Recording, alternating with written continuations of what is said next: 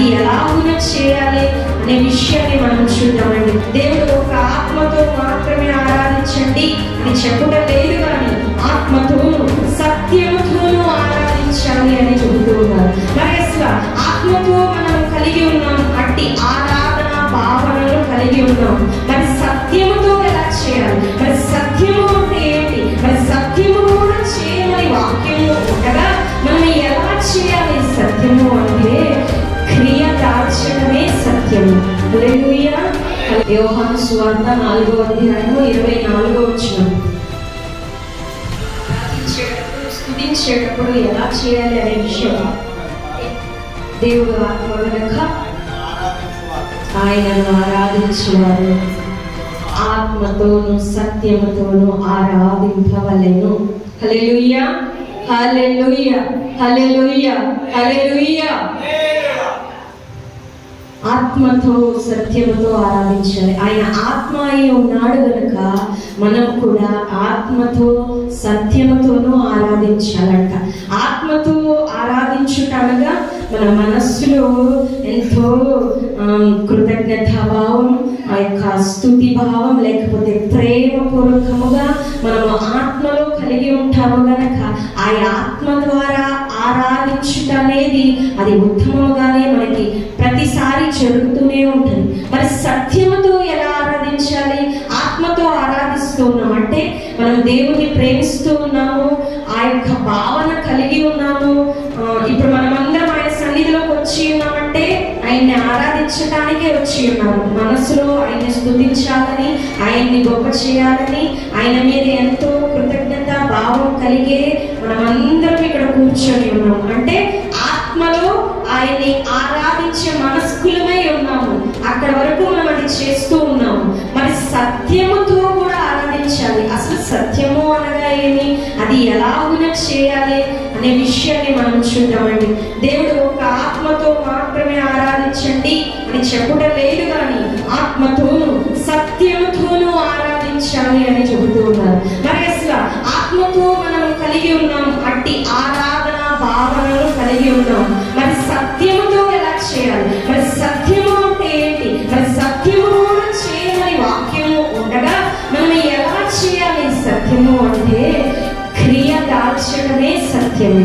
హల్లెలూయా, హల్లెలూయా, హల్లెలూయా. ఇప్పుడు నేను హల్లెలూయా అని చెప్పగానే మీరు కూడా హల్లెలూయా అని చెప్తూ ఏం చేసి ఉన్నారు? చేతులెత్తి ఉన్నారు. అదే క్రియ దాల్చడం అంటే. హల్లెలూయా, హల్లెలూయా. ఉట్టిగా నోటితో అనగా ఆత్మలో ఆయన స్తుతించాలనే భావన కలిగి హల్లెలూయా అని నోటితో అనడం మాత్రమే కాక క్రియలు చేసి ఉన్నారు. ఆ క్రియ ఎలా చేసి ఉన్నారు? చేతులు పైకెత్తి ఉన్నారు. సత్యము అనగా అదే. ఆత్మ అనేది కనులకు కనిపించదు, సత్యము అనేది కనులకు కనిపిస్తుంది. హల్లెలూయా. అయితే దేవాది దేవుడు మన నుండి ఆశించేది ఏమి అంటే కనులకు కనిపించనిది కనులకు కనిపించే వాటితో ఆరాధించాలి అని. హల్లెలూయా. అర్థమైన వారందరూ హల్లెలూయా చెప్పండి. హల్లెలూయా. ఒక్క కనులతో కనిపించని ఆత్మతో మాత్రమే కాదు, కానీ కనులతో కనిపించే, చూడగలిగే, స్పృశించే, తాకగలిగే అట్టి విషయంతో కూడా సత్యంతో కూడా మనల్ని ఆరాధించమని వాక్యం చెబుతూ ఉన్నదండి. ఒక ఆత్మలో భావన కలిగి ఉంటే సరిపోదు. నేను దేవునికి కృతజ్ఞత కలిగి ఉన్నా, నేను దేవుని స్తుతిస్తూ ఉన్నా, నేను ఎంతో ఆయనకి ఇష్టమైన పరిశుద్ధమైన జీవితమును జీవిస్తూ ఆయనకి ఇష్టమైనట్లుగా నడుచుకుంటూ ఆయన్ని ఆరాధిస్తూ ఉన్నా, ఆయన ఆజ్ఞలన్నిటినీ చేస్తూ ఆయన్ని ఆరాధిస్తూ ఉన్నా, ప్రతిరోజు ప్రార్థన చేస్తూ ఆయన ఆరాధిస్తూ ఉన్నా, పాటలు పాడుతూ ఆరాధిస్తూ ఉన్నా అని మాత్రమే కాదు, కానీ సత్యముతో కూడా క్రియ చేయాలి అని వాక్యం చెబుతూ ఉన్నది. అందువలన సత్యమును ఖచ్చితముగా మనమందరము కూడా జరిగించాలి. ఆత్మలో అట్టి ఆరాధన భావన కలిగిన మనము సత్యముతో కూడా జరిగించాల్సిన అవసరం ఉన్నది.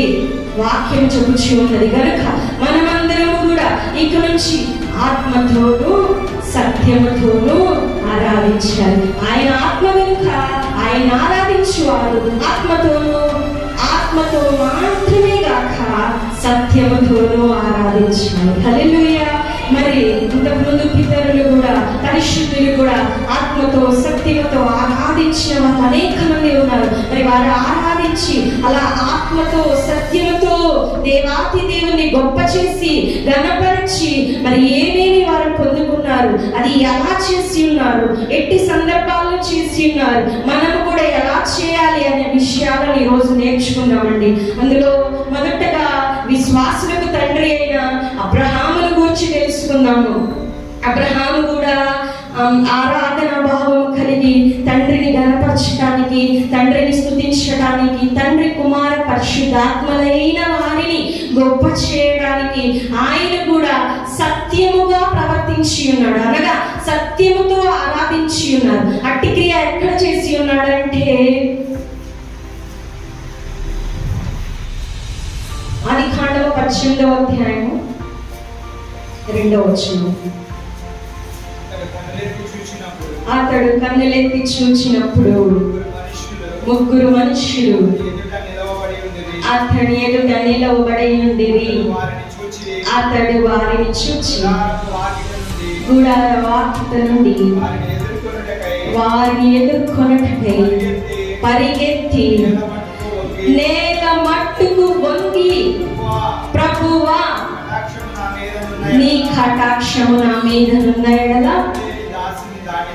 ఇప్పుడే నీ దాసిని దాటిపోదు. ఆమేన్. హల్లెలూయా, హల్లెలూయా, హల్లెలూయా. ఏం చేసి ఉన్నాడంటే అబ్రహాము ఆత్మతో మాత్రమే కాక మరి సత్యంతో ఎలా చేసి ఉన్నాడంట, క్రియ ఎలా చేసి ఉన్నాడంట, నేల మట్టుకు వంగి పరిగెత్తుకుని వచ్చి నేల మట్టుకు. లోపల నాకు చాలా దేవుడు అంటే తండ్రి కుమార పరిశుద్ధాత్ములు అనగా ఆ వచ్చే ఆ ముగ్గురిని బట్టి నాకు ఎంతో గొప్ప వారి మీద ఎంతో శ్రద్ధ ఉన్నది, వారి మీద భక్తి ఉన్నది, వారి మీద ప్రేమ ఉన్నది, వారంటే చాలా నేను ఆరాధిస్తూ ఉన్నా అని చెప్పి అక్కడే నిలబడిపోతే అది ఏమైనా సరైన భక్త కాదు అని చెప్పి హృదయంలో అట్టి భావన ఉన్నది కనుక సత్యము ఏం చేసి ఉన్నాడు, పరిగెత్తుకొని వెళ్ళి నేల మట్టుకు వంగి నమస్కరించి వారితో మాట్లాడుచున్నాడు. హల్లెలూయా, హల్లెలూయా. తర్వాత ఏం జరిగినదో మనకు తెలుసు. వారి ముగ్గురు కూడా వారిని దీవించి అబ్రహామును దీవించి మరలా ఈ యొక్క రోజు కల్లా నీకు ఒక కుమారుడు పుడతాడు అని చెప్పి దీవించి వెళ్ళి ఉన్నారు. వాక్యంలో మనమే తెలుసుకుని ఉన్నాము. ఎప్పుడైతే ఆత్మతో సత్యముతో అబ్రహాము ఆరాధిస్తూ ఉన్నాడో ఉన్నవి లేనట్లుగా దేవుడు చేసి ఉన్నాడు. ఉడికిపోయిన గర్భమును జీవము కలిగేలాగున ఆశీర్వదించి వెళ్ళినాడండి. అంత సంవత్సరములు నిండిపోయినా, లేక వృద్ధాప్యమే వచ్చిన, లేక ఇంకా నీ వల్ల కాదు, ఇది రాదు, ఇది లేదు, ఇది అవ్వదు అనే కార్యము కూడా ఎటులను జరిగి ఉన్నదంటే ఆత్మతో సత్యముతో ఆరాధిస్తే ఉన్నవి లేనట్లుగా దేవుడు చేసి ఉన్నాడు. హల్లెలూయా. ఆత్మతో మాత్రమే అబ్రహాము చేసి ఆగిపోలేదు కానీ సత్యముతో నమస్కరించి వంగి నమస్కరించి విధేయుడై లోబడి ఆయన యొక్క ఆరాధనను తెలుపుతూ ఉన్నాడు.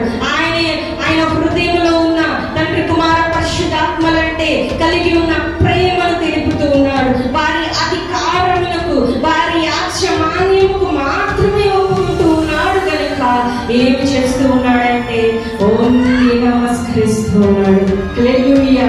అలా చేయటం ద్వారా ఆశీర్వాదము పొందుకున్నాడు. అలా చేయటం ద్వారా విశ్వాసులకు తండ్రిగా పిలువబడుచున్నాడు. అలా చేయటం ద్వారా ఆయనకి పిల్లలే పుట్టనని అనుకుంటున్న ఆయనకి ఈ యొక్క నక్షత్ర సంఖ్యలు ఎంత గొప్పగా ఉన్నావో చూసి ఉన్నావు కదా, అంతమంది పిల్లలు నీకు ఇస్తాను అనే ఆశీర్వాదానికి వారసుడు అబ్రహాము అయిపోయి ఉన్నాడండి. హల్లెలూయా.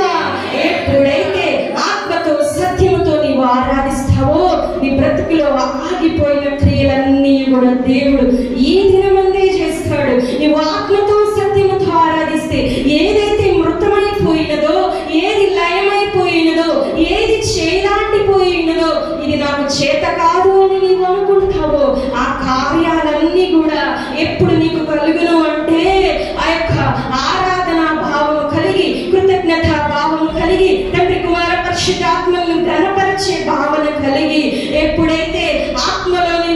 కలిగి సత్యముగా నీవు ప్రవర్తిస్తావో, క్రియ జరిగిస్తావో, అప్పుడే నజరేయుడైన యేసు నామములో నీ స్థితిగతి అంతయు కూడా దేవుడు మార్చివేయునుగాక. ఆమేన్, ఆమేన్. ఇంకా చూద్దామండి, ఇంకా అనేక మంది ఉన్నారు. మనం చూస్తే బైబిల్లో ఎంతో మంది ఉన్నారు, కానీ పరిశుద్ధాత్ముడు నాకు చెప్పిన వరకు కొంతమందినైతే ముందు తీసుకువస్తూ ఉన్నానండి. హెబ్రీయులకు రాసిన పత్రిక 11వ అధ్యాయం 21వ వచనం. ఇక్కడైతే మనకి యాకోబు కనిపిస్తాడండి. ఒకసారి చదువుదాము. విశ్వాసమును బట్టి యాకోబు అవసాన కాలమందు యోసేపు కుమారులలో ఒక్కొక్కరి ఆశీర్వదించి తన చేతి కర్ర మొదలు మీద ఆనుకొని దేవునికి నమస్కారం చేసెను. కింద ఫుట్నోట్లో అవసాన కాలమందు అంటే మరణ కాలమందు అని రాయబడి ఉన్నది. ఇక్కడ జరుగుతున్న విషయం ఏంటి అంటే, యాకోబు అంట యోసేపు కుమారుడు, అనగా ఎవరు అంటే తన మనవళ్ళను, అనగా తన తరముల వారిని పిలిచి ఆశీర్వదిస్తూ ఉన్నాడు. అంటే తాత అయిన వారు మనవుడిని ఆశీర్వదిస్తూ ఉన్నాడు. తన యొక్క ఆశీర్వాద వచనము బిడ్డలకు తరములకు అందాలి అని చెప్పి యోసేపు కుమారులను పిలిచి ఆశీర్వదిస్తూ ఉన్నాడు. ఎప్పుడు అంటే మరణ కాలంలో. అంటే యాకోబు చనిపోతున్నప్పుడు ఆ యొక్క యోసేపు కుమారులను పిలిచి ఆశీర్వదిస్తూ ఉన్నాడు. అయితే తన మరణ కాలం అనగా లెగవలేని వాడు, నుంచోలేని వాడు, శక్తిహీనుడుగా, బలము లేని వాడిగా ఉన్నాడు. అయితే ఏం చేస్తున్నాడంట, ఆశీర్వదించిన తర్వాత తన యొక్క చేతి కర్ర ఏదైతే ఉందో దాని మీద అలా జస్ట్ ఆనుకొని దేవునికి నమస్కారం చేస్తూ ప్రార్థిస్తూ ఉన్నాడంట. అయితే ఇక్కడ మనం నేర్చుకోవాల్సిన విషయం ఏంటి అంటే, తన మరణ కాలంలో ఉన్నాడు, శరీరము సహకరించే స్థితిలో లేదు. అయినప్పటికీ కూడా ఆ యొక్క కర్రను ఆనుకొని ఏం చేస్తూ ఉన్నాడంటే నమస్కారం చేస్తూ ఉన్నాడు. అంటే ఆయన పట్టు ఉంటేనే కానీ నిలబడలేడు. అంటే ఏదైనా సపోర్ట్ చేసుకొని నిలబడాలి, కానీ దేవుణ్ణి గొప్ప చేయాలని, దేవుణ్ణి నమస్కరించాలి అని ఆయనకి ఎంతో వినయ మనస్కుడై లోబడే తత్వం గలవాడే ఆయన ముందు ఏం చేస్తూ ఉన్నాడంటే ఆయన శరీర బరువంతటిని కొంచెం ఆ యొక్క కర్రకి ఆంచి నమస్కారం చేస్తూ ఉన్నాడు. హల్లెలూయా. ప్రియులారా, మనం ఇక్కడ ఆలోచించవలసిన విషయం ఏంటంటే, మనం అనుకుంటూ ఉంటాం శరీరంలో శక్తి లేదు, నాలో బలం లేదు, ఈ రోజుకి నేను మోకరించనులే, ఈ రోజుకి నేను చప్పట్లు కొట్టనులే, లేకపోతే నా గొంతు సహకరించట్లేదు కదా, ఈ రోజుకి పాడనులే అని అనుకుంటూ ఉంటాం. అయితే ఆ యొక్క యాకోబు ఏం చేస్తూ ఉన్నాడంటే, హృదయ పూర్తిగా బిడ్డలను ఆశీర్వదించిన తర్వాత దేవునికి నమస్కారము, తన యొక్క శక్తి లేకపోయినప్పటికీ నమస్కారం చేస్తూ ఉన్నాడు. ఎందుకంటే ఎప్పుడైతే నీవు తండ్రిని స్తుతిస్తావో అప్పుడే పూర్తిగా ఆశీర్వాదం నీకు వచ్చును. ఇప్పుడే బిడ్డలను ఆశీర్వదించినాడు, ఆ ఆశీర్వాదం బిడ్డలకు కలగాలి అంటే యెహోవా దయ అవసరమై ఉన్నది, దేవుని కృప అవసరమైనది, దేవుని ప్రేమ అవసరమైనది, దేవుని యొక్క బ్లెస్సింగ్ అవసరమై ఉన్నది. కనుక దేవుని నమస్కరిస్తూ ఉన్నాడు. ఆశీర్వాదం కావాలంటే నీ శరీరం సహకరించకపోయినా ఇది ఖచ్చితముగా మోకరించాల్సిందే, ఇవి ఖచ్చితముగా సాష్టాంగపడవలసిందే, నువ్వు ఖచ్చితముగా మోకరించవలసినదే, నువ్వు ఖచ్చితముగా నోరు తెరిచి పాడవలసినదే, స్తుతించవలసినదే, చప్పట్లు కొట్టవలసినదే, లేకపోతే ఆలయముకు రావలసినదే. ఎందుకంటే సత్యముతో నీవు ఆరాధించాలని వాక్యము ఉండగా, మన పితరులు అదే చేస్తూ ఉండగా ఆత్మను చాలు అనుకొని సరిపెట్టుకుంటే, సత్యం లేకపోతే నీకెంత మాత్రం ఆశీర్వాదము రాదు. గనుక మనం జ్ఞాపకం ఉంచుకొని ఖచ్చితంగా ఆత్మతో సత్యముతో మనం ఆరాధించే వారమైతేనే ఆశీర్వాదాన్ని పొందుకుంటాం. యాకోబు అదే చేస్తూ ఉన్నాడు, లెగలేని స్థితిలో ఉన్నాడు, మరణ ఛాయలో ఉన్నాడు. ఇంకొద్దిసేపట్లోనో ఇంకో నిమిషంలోనో మరణమైపోతాడు. శరీరంలో శక్తి లేదు, ఆత్మలో శక్తి లేదు, ప్రాణంలో ఏ మాత్రము ఏ విధమైన పట్టు లేదు. అయినప్పటికీ లేచి నిలబడి యెహోవా దేవునికి లోబడి నమస్కరిస్తూ ఉన్నాడు. మనం కూడా ఆలోచించాలి, మన శరీరంలో బలము లేదని, ఆరోగ్యము లేదని, నా వల్ల కాదు అంటే నీకే మాత్రం ఆశీర్వాదం రాదు. నీవు ఎంతైనా సరే కూడగట్టుకొని చేయవలసినది మన సొంత పనులు చేసుకోవటం లేదా, బాగోకపోతే మనం చేసుకోవట్లేదా, మనం మన యొక్క ఖచ్చితమైన అత్యవసరమైన పనులను ఖచ్చితంగా చేసుకుంటూ ఉన్నప్పుడు అసలు అన్నిటికన్నా అత్యవసరమైనది దేవునికి లోబడడం, దేవునికి నమస్కరించడం, దేవుని స్తుతించడం, దేవుని ఘనపరచడం, దేవుని సన్నిధికి రావడం. ఇట్లాంటి అత్యవసరమైనది నువ్వు చేయలేకపోతే నీవు జీవి అయి సజీవుడై ఉండుట వ్యర్థమై ఉన్నది. మృతులు ఎవరిని స్తుతించరు కానీ సజీవులే దేవుని స్తుతించరు. హల్లెలూయా. నువ్వు సజీవుడైతే ఖచ్చితంగా సత్యముతో ఆరాధించాలి, ఖచ్చితంగా క్రియదాచాలి, ఖచ్చితంగా లోబడాలి, ఖచ్చితంగా విధేయుడై పొందాలి, నమస్కరించాలి, మోకరించాలి. ఎలాగైతే మీరు చేయలేని స్థితిలో చేస్తూ ఉన్నారో మనం కూడా అప్పుడు చేసినప్పుడే ఆశీర్వాదాన్ని పూర్తిగా పొందుకుంటాం. వాక్యము పూర్తిగా రాయబడలేదండి, అవి మన యొక్క విశ్వాసపు జీవితాల్లో మనకు ఒక మార్గముగా, వాక్యమే వెలుగుగా, వాక్యమే ఒక దారిలో ఉండడానికి వాక్యములు రాయబడి ఉన్నవి. ఆ వాక్యములను మనం ఎరిగి ఎంతో జ్ఞానము తెచ్చుకొని ఆ యొక్క మార్గంలో నడిచినట్లయితే సులువుగా పరలోక రాజ్యానికి చేరుదాము. హల్లెలూయా. సులువుగా వాగ్దానములన్నిటినీ అనుభవించదము, సులువుగా ఆశీర్వాదములన్నీ అనుభవించదము. మనము ఇంకెక్కడో ఆశీర్వాదం వస్తుందని పరుగులు పెట్టవలసిన అవసరం లేదు. ఎక్కడో నెమ్మది దొరుకుతూ ఉందని, ఎక్కడో సమాధానము, ఎక్కడో శాంతి, ఆరోగ్యము, లేక ధనము, లేక ఇంకేదో దొరుకుతుంది అని మనం పరుగులు పెట్టవలసిన అవసరం లేదు. కానీ మన చేతిలో ఉన్న ఈ బైబిల్ గ్రంథంలోనే, వాక్యంలోనే మన జీవితంలో సులువుగా నడిచే మార్గములు ఉండగా మనము వాటిని అనుసరిస్తే చాలు ఆశీర్వాదం, వాటిని అనుసరిస్తే చాలు నెమ్మది, సమాధానం. లేనివి ఉన్నట్లుగా కలుగును, మృతమైపోయినవి జీవము పోసుకొను, చేయలేనివి చేతకానివి, చేయి దాటిపోయినవన్నీ కూడా మనం చేయగలుగుతాం, మన వల్ల అవుతుంది. ఎప్పుడు అంటే వాక్యానుసారముగా బ్రతికినప్పుడు, ఎప్పుడు అంటే ఆజ్ఞలను అనుసరించినప్పుడు, ఎప్పుడు అంటే తండ్రికి లోబడుతూ నమస్కరించినప్పుడు. హల్లెలూయా, హల్లెలూయా. ఇంకా అనేక మంది ఉన్నారు, చూద్దామండి.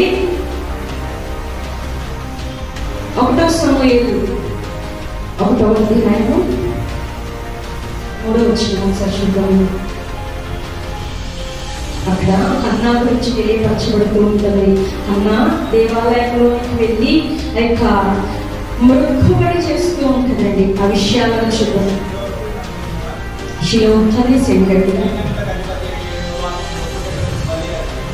సైన్యములకు అధిపతి యెహోవాకు మొక్కుటకును బలి అర్పించుటకును ఏటేటా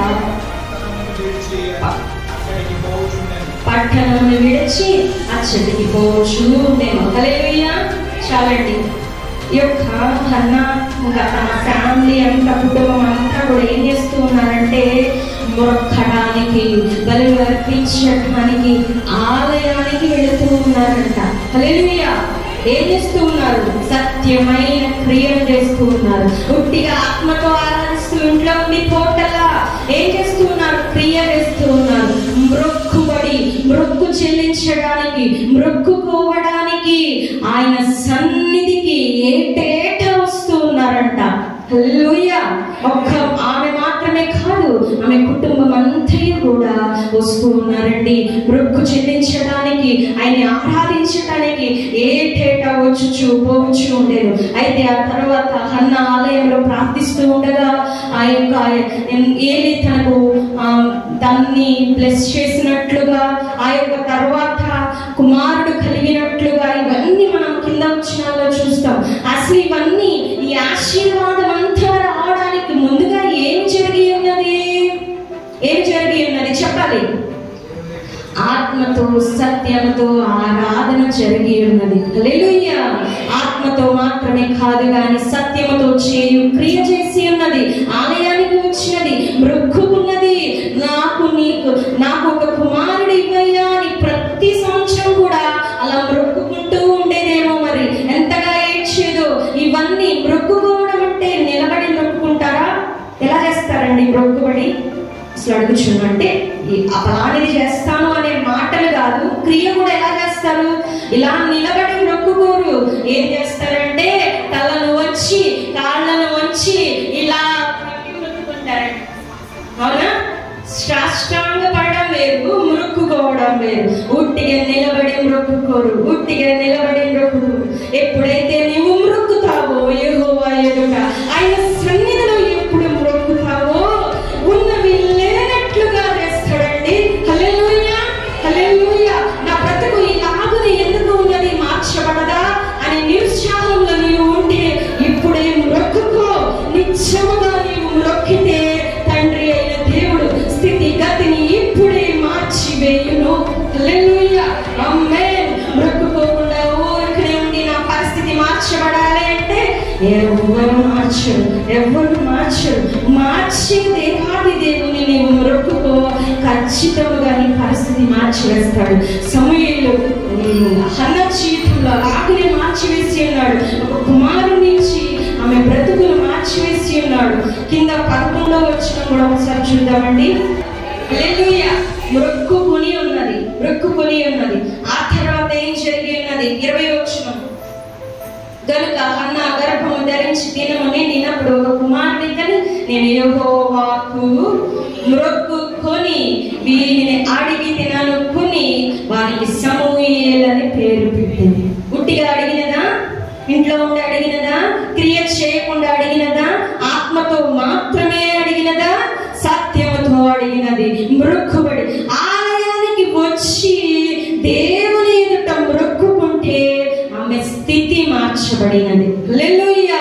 ఉట్టిగానే నేను ఇంట్లో ఉండి ఆరాధిస్తాను, నేను క్రియ చేయకుండా ఉట్టి ఆత్మతోనే ఆరాధిస్తాను, ఏ మాత్రము నా శరీరానికి క్రియ పట్టించను అనుకుంటే నీ పరిస్థితి ఎంత మాత్రము మార్చబడదు. ఎందుకంటే ఆజ్ఞను సగమే అనుసరిస్తూ ఉన్నావు, ఎందుకంటే ఆత్మతో మాత్రమే ఆరాధిస్తూ ఉన్నావు కదా, సత్యముతో ఆరాధించట్లేదు కదా. అందువలన మనకు ఏ మాత్రము మనము పొందుకునలేని స్థితిలో ఉండిపోతూ ఉన్నామండి. ఈరోజు పొందుకోవాలి అంటే ఖచ్చితంగా ఆత్మతో సత్యముతో ఆరాధించాలి, తండ్రికి లోబడాలి, నమస్కరించాలి, మోకరించాలి, మొక్కుకోవాలి. ఇవన్నీ జరిగించినప్పుడే తండ్రి అయిన దేవుడు కనికర పూర్ణుడై ఖచ్చితముగా మన మొర్రను ఆలకించే దేవుడే, మన స్థితిగతులను మార్చివేసే దేవుడై ఉన్నాడు. ఇంకా ఆ మొక్కుబడి అంతటిని కూడా చెల్లి చేస్తూ ఉన్నది. తర్వాత కాలంలో మనం చూస్తే 28వ వచనం. కాబట్టి నేను ఆ బిడ్డను యెహోవాకు ప్రతిష్ఠించుచున్నాను, తాను బ్రతుకు దినములన్నిటిను వాడు యెహోవాకు ప్రతిష్ఠుడని చెప్పి అప్పుడు వాడు యెహోవాకు అక్కడనే మొక్కెను. హల్లెలూయా, హల్లెలూయా, హల్లెలూయా. ఫస్ట్ నుంచి కూడా సమూయేలు తల్లి అయిన అనగా ప్రవక్త తల్లి అయిన హన్న, హల్లెలూయా, ఈ మాట చెప్పుకోవడానికి ఎంత ఆనందంగా ఉన్నదండి. అసలు గర్భమే లేని ఆమెకు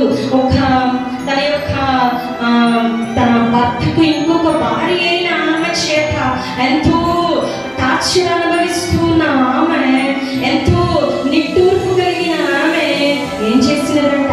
అసలు అంటే అప్పటి కాలంలో గొడ్రాలైన వారిని ఎలాగున దూషించేవారంటే, నీవు ఇంకా ఒక పనికిరాని వస్తువు లేకపోయినట్లయితే శాపగ్రస్తమైన దానివి, నువ్వు ఎదురు రాకూడదు, లేకపోతే నువ్వు ఆశీర్వాదం లేదు నీలోనే, ఒక శాపగ్రస్తమైన మాటలు అనడం మనం వింటూ ఉంటామండి ఇదివరకటి రోజుల్లో. ఇప్పటికి కూడా అనేకమైన చోట్ల అలా జరుగుతూ ఉన్నవి. అయితే ఇదివరకు రోజుల్లో అయితే చాలా అలా జరుగుతూ ఉండేవి. అలాంటి స్థితిలో ఒక శాపగ్రస్తముగా ఉండిపోయిన ఆమె స్థితి, ఆమె గర్భము, అట్లాంటి గర్భములో నుంచి ప్రవక్త బయటికి వచ్చినాడు. హల్లెలూయా. ఆశీర్వాదము బయటికి వచ్చినది. ఆశీర్వదించే ఇశ్రాయేలు ప్రజలకు ఆశీర్వాదాన్ని ఇచ్చే ప్రవక్త ఒక శాపగ్రస్తమైన గర్భము నుంచి వచ్చినది అంటే ఆ యొక్క మొక్కుబడే కారణం. హల్లెలూయా. ఏది ఎప్పుడైతే ఆలయంలోనికి వెళ్ళి మొక్కిందో శాపగ్రస్తమైన గర్భము ఆశీర్వాదానికి నివాస స్థలమైపోయినది. హల్లెలూయా, హల్లెలూయా.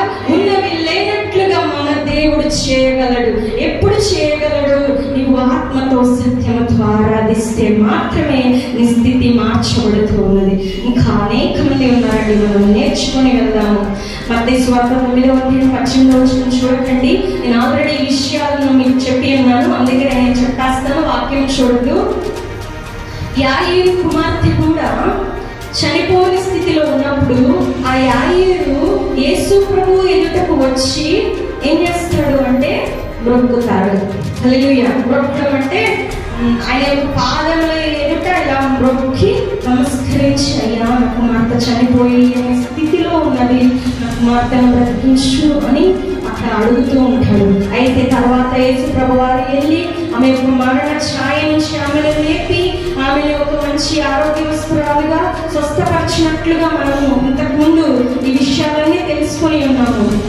గనుక నేను అది చూపించట్లేదు. అయితే అట్టి స్థితి ఎప్పుడు కలిగినది అంటే ఎప్పుడైతే దేవుని ఎదుటకు వెళ్ళి యాయీరు వెళ్ళి నిలబడి, యేసయ్యా నా బిడ్డకు బాలేదు, కొంచెం స్వస్థపరిచేయా, నువ్వు రాయ్యా అని మాత్రమే అడగట్లా. ఏం చేస్తూ ఉన్నాడు? చెప్పాలి, మాట్లాడాలి. అందరూ మ్రొక్కుతూ ఉన్నాడు, పాదం మీద మ్రొక్కుతూ ఉన్నాడు. వినాలి, ఫస్ట్ వినాలి, తర్వాత రాసుకోవచ్చు. ఏం చేస్తున్నాడంటే యాయీరు యేసయ్య ఎదుటకు వెళ్ళి మామూలుగా అడగటం లేదు కానీ పాదముల ఎదుట మ్రొక్కుతూ ఉన్నాడు, నమస్కరిస్తూ ఉన్నాడు.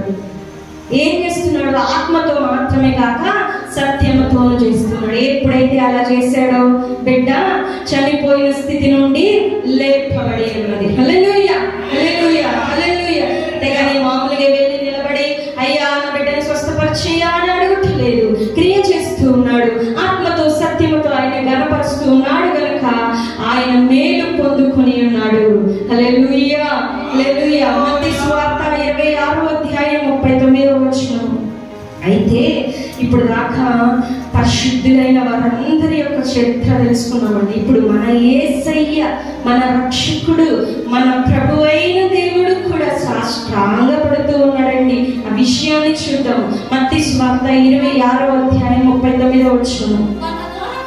కొంత దూరం సాగిలపడి, నా తండ్రి సాధ్యమైతే ఈ గిన్నె నా యొద్ద నుండి తొలగిపోనిమ్ము, అయినను. చాలండి, చాలు. హల్లెలూయా. ఈ యొక్క సందర్భం మనందరికీ తెలిసినది. నా వైపు చూడాలి అందరూ. ఏం చేస్తూ ఉన్నారంటే యేసయ్య ఏం చేస్తూ ఉన్నారు? సాగిలపడుతూ ఉన్నారు. యేసయ్య ఎవరండి? ఎవరు యేసయ్య? ఎవరు? దేవాతి దేవుడు, దేవాతి దేవుడు, సర్వలోకమును సృజించిన వాడు, ఏమీ లేనప్పుడు శూన్యములో వాక్యే ఉన్న దేవుడు. ఆ యొక్క వాక్యే సర్వ సృష్టిని కలగజేసిన వాడు. ఆయనే దేవుడు, ఆయనే ప్రభువై ఉన్నాడు. అట్టి దేవుడు తండ్రి ఎదుటకు వచ్చి సాష్టాంగపడి ప్రార్థన చేస్తూ ఉన్నాడంట. అయ్యా నీ చిత్తమైతే ఈ గిన్నె నా యొద్ద నుండి తొలగించు, లేకపోయినట్లయితే నీ చిత్తమైన ఎడల సిద్ధించునుగా. కానీ ప్రార్థనలు మనం కింద చూస్తూ ఉంటాము. ఎలాగున ప్రార్థన చేస్తూ ఉన్నాడు తండ్రి ఎదుట మన యేసయ్య అంటే? లోబడుతూ ఉన్నాడు, భయం కలిగి ఉన్నాడు, వణుకు కలిగి ఉన్నాడు.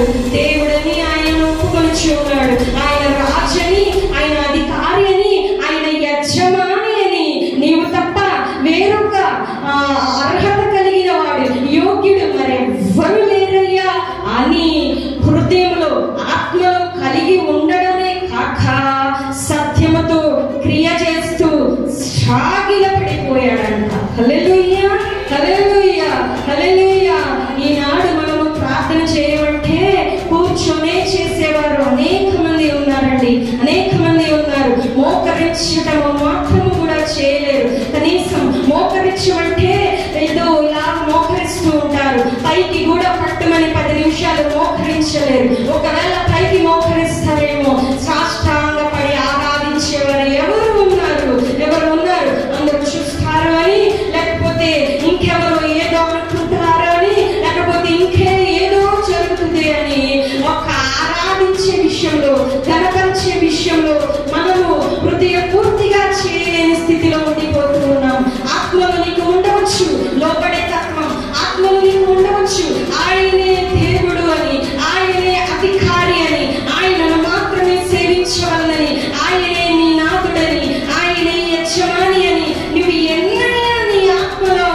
చేయవచ్చు.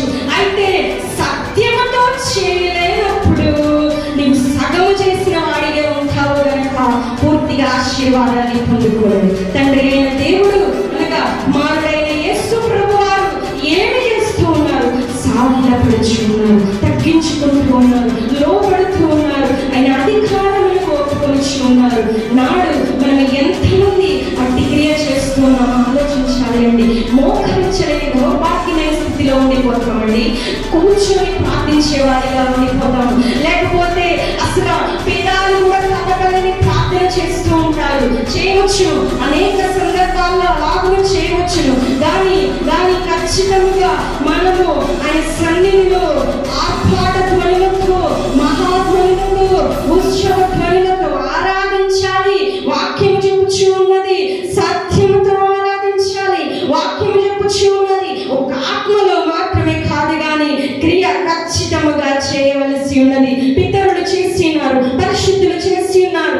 మన యొక్క దేవుడైన యేసు ప్రభు వారే సాష్టాంగ సాగిలపడి ప్రార్థన చేస్తున్నారంట. ఈనాడు మన ప్రార్థనలు ఎక్కడి వరకు ఆగిపోతూ ఉన్నామో మన ప్రాణంతో మనం ప్రశ్న వేసుకుందామండి. ఎవరో మనుషులు చూస్తారని, ఇంకేదో నా శరీరంలో బలహీనత ఉన్నదని, ఇంకేదో నా వల్ల కాదు అని నువ్వు ఇంటిలోనే ఆగిపోతూ ఉన్నావేమో, లేక నీవు ఇంకా నీ పనులలోనే ఆగిపోతూ ఉన్నావేమో, లేక ఇంకా నీవు మోకరించలేని స్థితిలో ఆగిపోతూ కారణాలు వెతుక్కుంటూ ఉన్నావేమో. నీవు కారణాలు వెతుక్కునే స్థితిలో ఉంటే నీ స్థితి ఏవోడు మార్చలేడు. నీ బ్రతుకు నీవే కారణం, నీ స్థితికి నీవే కారణం, నీ పరిస్థితి ఇలాగను ఉండడానికి నీవే కారణం. ఎందుకంటే కారణాలు వెతుక్కునే స్థితిలోనే మనం ఆగిపోయి సగము భక్తిని చేస్తూ ఉన్నాం, సగము ఆజ్ఞని అనుసరిస్తూ ఉన్నాము గనక మన జీవితాల్లో అద్భుతాలు జరగవు, ఉన్నవి లేనట్లుగా జరగవు. సగమే చేస్తూ ఉన్నావు కదా, పూర్తిగా ఇమ్మని దేవుని ఎలాగూ అడగగలవు నీవు? ఆలోచిద్దామండి. మన యొక్క ప్రార్థన జీవితాలు, భక్తి జీవితాలు, ఆరాధన జీవితాలు ఎలా ఉండిపోయినాయో చూద్దాము. మత్తయి సువార్త 28వ అధ్యాయం 9వ వచనం. యేసు వారిని ఎదుర్కొని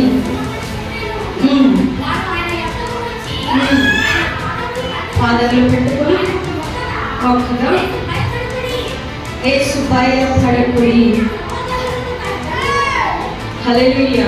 ఇక్కడ ఏం జరుగుతుందంటే యేసు ప్రభువారు పునరుత్థానుడై వెళ్ళిన తర్వాత కొంతమందికి మనుషులకు కనిపిస్తూ ఉన్నప్పుడు యేసయ్య అని తెలిసినప్పుడు వారు వెంటనే ఏం చేస్తూ ఉన్నారంటే ఆయన పాదాలు పట్టుకుంటూ ఉన్నారు. సాగిలపడి ఆయన పాదములు పట్టుకొని ఉన్నారు. వెంటనే యేసయ్య ఒక మాట చెప్తూ ఉన్నాడు, భయపడకుడి, భయపడకుడి, భయపడకుడి. ఎప్పుడైతే దేవునికి లోబడతావో, ఎప్పుడైతే దేవునికి వినపరుస్తావో, ఎప్పుడైతే దేవునికి భయపడతావో ఈ లోకంలో భయం నీకు ఏమాత్రం ఉండదు. హల్లెలూయా, హల్లెలూయా. ఈ లోక భయాలు నీకు పోవాలి అంటే ముందు యేసుకి భయపడాలి. ముందు దేవాతి దేవునికి భయపడి క్రియ జరిగించాలి. ఆత్మతో మాత్రమే కాక సత్యముతో నీవు ఆరాధించిన వాడివైతే నీ బ్రతుకులో భయమే ఉండదు అని యేసయ్య చెబుతూ ఉన్నారండి. నేను కాదు, ఆయనే మాట్లాడుచు ఉన్నారు. ఇంకా శిష్యులు కూడా కింద చూస్తే 17వ వచనం చూద్దాం. అదే అధ్యాయం 17వ వచనం. అయితే శిష్యులు వచ్చారు. ఇప్పుడు శిష్యులు చూస్తూ ఉన్నారు. శిష్యులు చూడంగానే ఏం చేస్తూ ఉన్నారు? ఆయనకు మొక్కిరి. హల్లెలూయా. శిష్యులు కూడా వచ్చి ఆ 11 మంది శిష్యులు అంట యేసయ్యని చూడంగానే మొక్కారు అంట. మొక్కడం అంటే ఎలాగో ఇందాక చూపించాను కదా, నిలబడి ఆయన రాగానే ఆయన కనిపించగానే మొక్కేస్తున్నారు. అంటే అర్థం ఏంటది? ఆయనకు లోబడుతున్నారు. నీవే దేవుడు అని ఒప్పుకుంటున్నారు, నీవే అధికారి అంటూ ఉన్నారు, నీ యాజమాన్యమే చెల్లులు కాక అంటూ ఉన్నారు, నీవే రాజ్యం అంటూ ఉన్నారు, నీవే స్తుతింపబడులు కాక. ఒక్క క్రియలోనే ఈ పదాలన్నీ వచ్చును. హల్లెలూయా. ఏమి ఆ క్రియ అంటే మొక్కడం, సాష్టాంగపడడం, నమస్కరించడం, వంగడం, ఇవన్నీ కూడా యేసు దేవుని యొక్క గొప్పతనాన్ని చెప్తూ ఉన్నాండి. హల్లెలూయా. ఈ యొక్క క్రియ చేయడానికి నీవు సందేహిస్తే నీ నోటితో ఎన్ని పలికినా వ్యర్థము. ఎందుకంటే సగము నీవు చేస్తే నీకు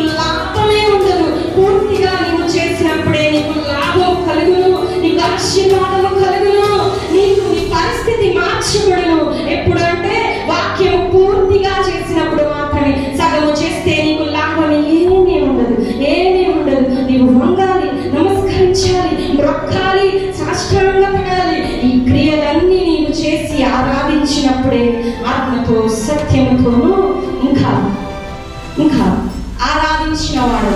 ఆరాధన ఎప్పుడు జరుగును అంటే ఆత్మ సత్యముతో కలిసినప్పుడే ఆరాధన జరుగును. ఆత్మ ఒక్కటే చేస్తే అవ్వదు, సత్యము కూడా ఆడవాలి. సత్యము కూడా ఆడవాలి. ఆత్మలో నేను ప్రార్థన చేస్తున్నా, మంచం మీద పడుకొని హాయిగా ప్రార్థన చేసుకోవచ్చు అంటే అవ్వదు. ఇందాక యాభైలో చూస్తున్నాం కదా, మరణ ఛాయలో ఉన్నవాడు లేచి నిలబడలేని స్థితిలో ఉండి పడిపోతాడేమో, తూలిపోతాడేమో అనుకొని ఏం చేస్తున్నాడు, జస్ట్ కర్రకి కొంచెం ఆంచుకొని, అంటే ఆయన మోపును ఆంచుకొని నమస్కరిస్తూ ఉన్నాడు. హల్లెలూయా, హల్లెలూయా, హల్లెలూయా. ఆగిపోకూడదు. మనము నేను ఆత్మతో చేస్తున్నాను కదా, పూర్ణ హృదయంతో ఆయన్ని గొప్ప చేస్తున్నాను కదా చాలు అనుకొని మన బలహీనతలో మనం ఆగిపోకూడదు. ఖచ్చితంగా సత్యము కూడా నీవు చేసినప్పుడే ఆశీర్వాదం నీవు పొందుకుంటావు. లేని వల్ల సగము మాత్రమే జరిగి ఏ మాత్రము నీకు లాభం కలగకపోవును గనక వాక్యము ద్వారా మనం నేర్చుకుందాం. పరిశుద్ధాత్ముడే ఈ మాటలను మనకు బయలుపరుస్తూ ఉండగా మనం ఏ మాత్రము కూడా విసుగక పెడచెవిన పెట్టక ఖచ్చితంగా ఆయన మాటలను స్వీకరించి మన యొక్క స్థితిని మార్చుకుందాం. ఆశీర్వాదమును పొందుకుందాం. ఆశీర్వాదానికి వారసులుగా మనం అవుదామండి. ఇంకా విలాప వాక్యములు 2వ అధ్యాయం 19వ వచనం. నీవు లేచి రేయి మొదటి చామున చదివేది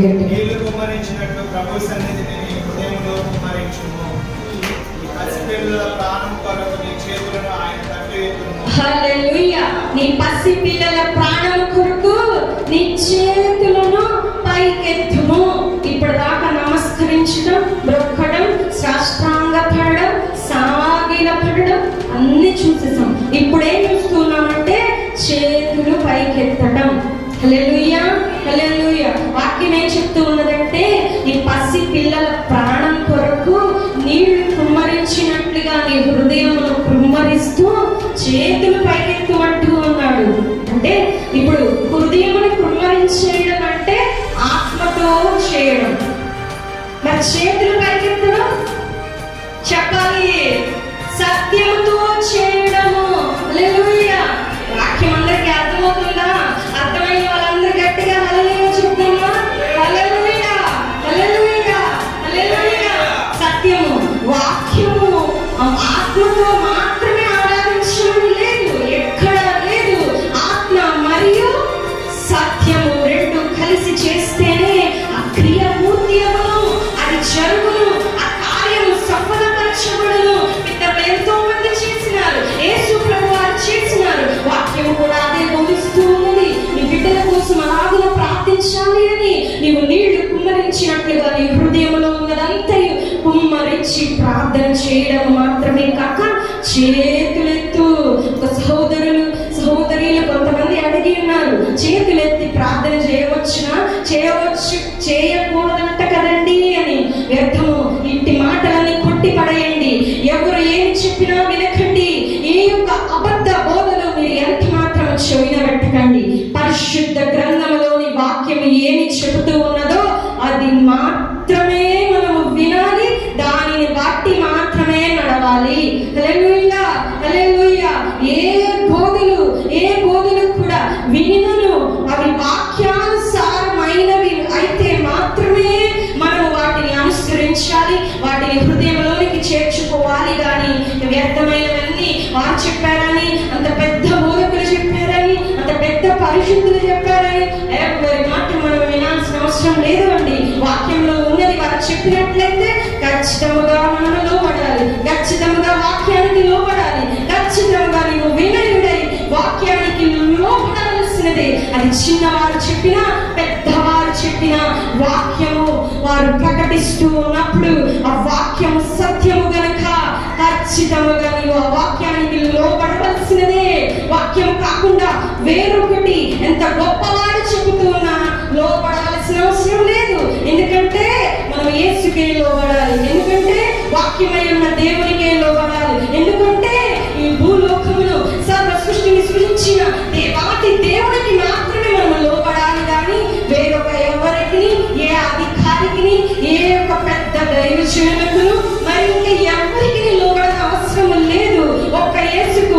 వాక్యమై ఉన్న దేవునికి, వాక్యానికి నీవు లోబడాలి. హల్లెలూయా, హల్లెలూయా. వాక్యం ఏమి చెప్తూ ఉన్నదంటే చేతులెత్తమని చెబుతూ ఉన్నది. హల్లెలూయా. ఒట్టిగా ప్రార్థన చేయనట్ల నీళ్లు కుమ్మరించినట్లుగా నీ హృదయంలో అంతా కుమ్మరించేసి ఆత్మతో ప్రార్థన చేసి అనే ఒక్కటి చెప్పల, ఆత్మతో పాటు సత్యము కూడా, క్రియ కూడా జరిగించు, చేతులు పైకెత్తు అంటూ ఉన్నది. హల్లెలూయా, హల్లెలూయా. చేతులెత్తి ప్రార్థన చేయాలి, చేతులెత్తి ఆరాధించాలి, చేతులెత్తి గణపరచాలి. ఒట్టిగానే హల్లెలూయా చెప్పమంటే ఒక చెయ్యి ఇలా ఎత్తుతారు, లేకపోతే సగం ఎత్తుతారు, లేకపోతే కొంచెం ఇలా ఎత్తుతారు. ఏంటి, సగం ఆశీర్వాదం కావాలా? కొంచెం చాలా మనకి ఈ పరిస్థితి ఉన్నది లేనట్లుగా ఇప్పుడే మారిపోవాలని నీవు ఆశిస్తావు కదా. పూర్తిగా చెయ్యి కూడా కనీసం చేతులు మొత్తం ఎత్తు, పూర్తిగా క్రియ జరిగించు, సత్యంతో నీవు ఆరాధించు. అప్పుడే పూర్తిగా పొందుకుంటావు. అలా పొందుకున్న ఎంతో మంది మన ముందు పరిశుద్ధులు పితరులు ఉండగా వారిని చూస్తూ మనం నేర్చుకుందాం. మన యేసు ప్రభు వారిని చూసి నేర్చుకుందాం. క్రియ జరిగించిన వారిని చూసి నేర్చుకుందాం. చేతులు పైకెత్తుదాం, నమస్కరిద్దాం, మొక్కుదాం, సాష్టాంగ పడదాము. హల్లెలూయా. ఇంకా చేతులు ఎత్తిన వారి ఇంకొకరు ఉన్నారండి, అది చెప్పి నేను ముగిస్తాను. నిర్గమకాండం 17వ అధ్యాయం 11వ వచనం. మోషే తన చేయి పైకెత్తినప్పుడు ఇశ్రాయేలీయులు గెలిచిరి. మోషే తన చేయి దించినప్పుడు అమాలేకీయులు గెలిచిరి. హల్లెలూయా. అక్కడ ఏం జరుగుతూ ఉన్నదంటే యుద్ధము జరుగుతూ ఉన్నది. యెహోషువ యుద్ధం జరిగిస్తూ ఉన్నాడు.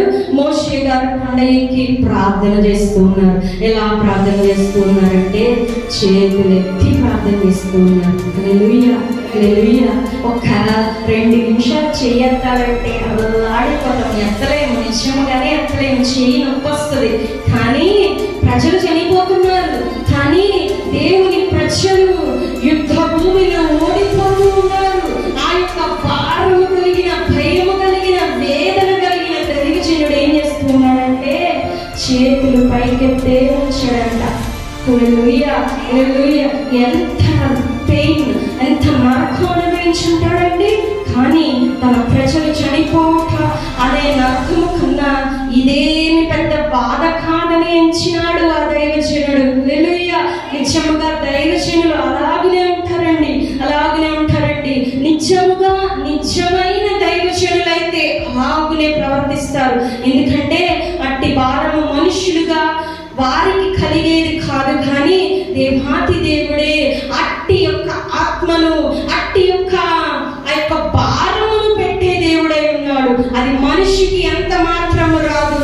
దేవాతి దేవుడు అనుగ్రహిస్తే తప్ప అది ఎంత మాత్రము రాదండి.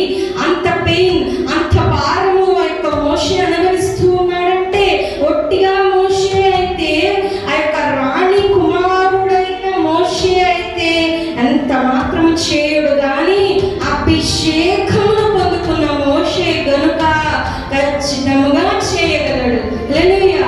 నాడు దైవజనులు అలాగనే, మేము కూడా అలాగనే. ఎవరికైనా వేదన, ఏదైనా బిడ్డలు కొంచెం అల్లాడుతూ ఉన్నారు, బాధ కలిగి ఉన్నారు, ఆర్థికతలో ఉన్నారు, రోగంలో ఉన్నారు, ఇలాంటివి మాకు వినబడితే ఎంతో వేదన కలిగి ప్రార్థించే వారిగా ఉంటామండి. వారి కళ్ళలో కన్నీరు చూస్తే నిజంగా మా కళ్ళలో కూడా కన్నీరు వచ్చింది. హల్లెలూయా.